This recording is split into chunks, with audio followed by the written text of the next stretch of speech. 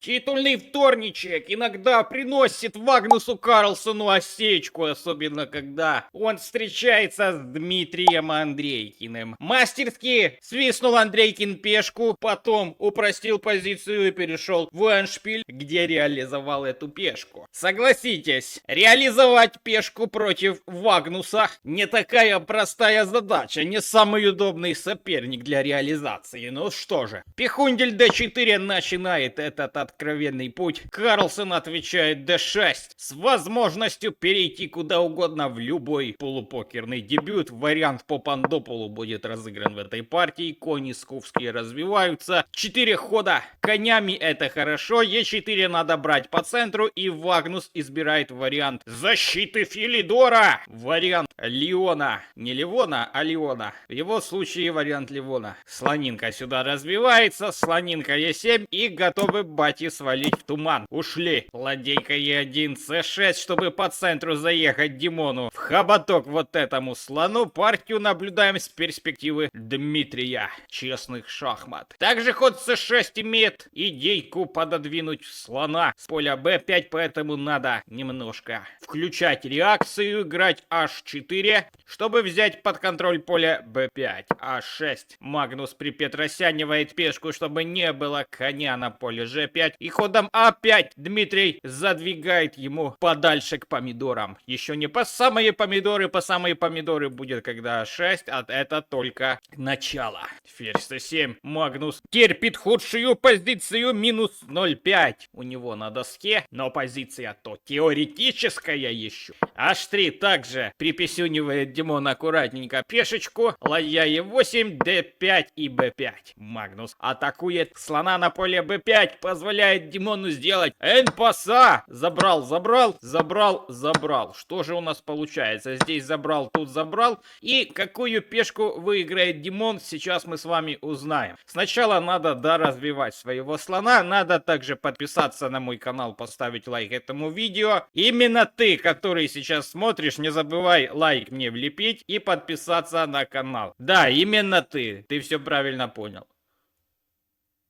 Конинка аккуратненько идет на d2, чтобы выйти на e4 или же на c4 после взятия этого коня. Короче, a4 Магнус продолжает, забрал этого коня, вынес, забрал, чтобы спокойно себе затырить пешку на поле a4. Вот именно крайняя пешка и уплыла. Как же Магнус мог зевнуть такой ход? Вот смотрите, он делает а4, он не замечает, что конь защищает эту пешку. Андрейкин тырит пешку, коня сначала, который защищает пешку, нападает на ферзя, надо брать слона, а потом себе спокойно пешечку забрал. Можно, конечно, еще забрать вот этого вот слона, слоном коня, потом сюда, и вот такой вот прикол, или b3, или c6 засунуть можно. Я бы b3, чтобы сохранить пешку d5, и b2, чтобы нигде Магнус не спи у меня пешку. Ну да ладно, в партии после конь а4 Карлсон отступил себе аккуратненько на b7, конинка на c3, ладья а1. Разменялись, получился мандарин. Все хорошо. Ладья а8. Магнус получает хоть какую-то компенсацию за просранную пешку в виде открытой линии А. Молодец. Ферзь d1 надо как-то подкручивать, ибо Магнус не самый удобный соперник для реализации какого-либо преимущества. Слонинка на d8 пошла. Слонинка где-то желает перейти, возможно, сюда на b6, потом ферзь а7 на f2, Димону постреливать в ахиллесовую пяту рокировки белых. Конь c4 выскакивает, конинка с атакой на d6, ферзь b4 защищается Магнус, ферзь d3, и сейчас начинается у нас дикое стоялово, но оно продлится недолго. Слон f5 угрожает Магнус напасть на ферзя, горде объявить, ладья d1, король пошел, поджался, отжался, упал, просрался сюда, на, пошел конь, кони на e4, также d5 пешку надо сохранять, слон b6 пошел, чтобы Димону пропердолить на f2, по лысине настучать этому королю. Хорошо, все хорошо. Конь e4 задним копытом закрывает пешку f2 от нападений, забрал, опять следующий братуха задним копытом защищает от нападений. Ферзь c7, и можно как-то своего ферзя попробовать сюда прокинуть, но Димон решает, что что пора менять вот этих вот мамасит, ибо мамасита может поставить мат, а с лишней пешкой можно как-то против Вагнуса еще покружить. Дальше можно как-то c4, c5 вот сюда засунуть и пойти проходной пешкой вперед. Плюс еще ладьи на доске, а их менять пока что не надо.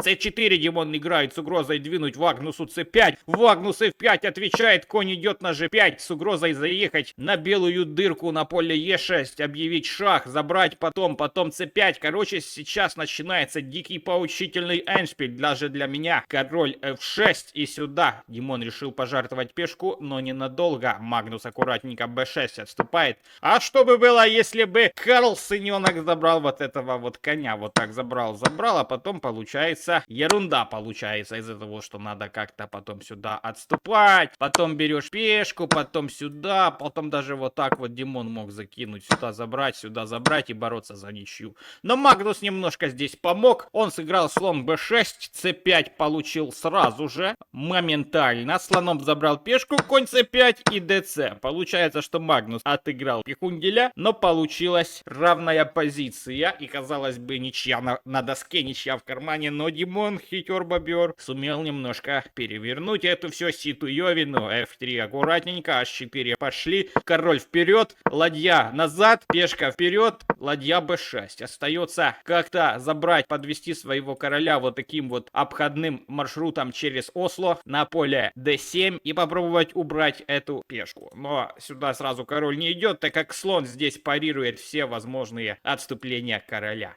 Хорошо, ладья d5, заехал на пешку c5, Магнус отдает ее на c5, Димон не берет. На f4 король пошел. Централизация короля, это все прекрасно. И получается у нас эндшпиль, где у Димона есть проходная пешка. Магнус пытается как-то тут спрыснуть, и вот, внимание, ход, который роняет эту партию. Ведь все ошибаются, даже Магнус Карлсон может ошибиться. Вот смотрите, как градусник скачет. Я уже не буду приводить аналогии, как он скачет, вы сами можете придумать. А если забрать пешку на e4, тогда тоже херня получается. Из-за того, что король просто b6 и ничья. Тогда надо делать шах слон d5. Король сюда отступает. Слон f3 заблокировал все. Королю надо куда-то ходить. Цук сванг на доске. Пешка d4 падает. c4, c5 и пошел вперед. Вот так вот. Поэтому Магнус все же роняет свою позицию. Забрал. Пешку h3 забрал. Ставка была на то, что вот это вот крайняя пробежит быстрее, чем вот это вот центральная Димона. Сюда,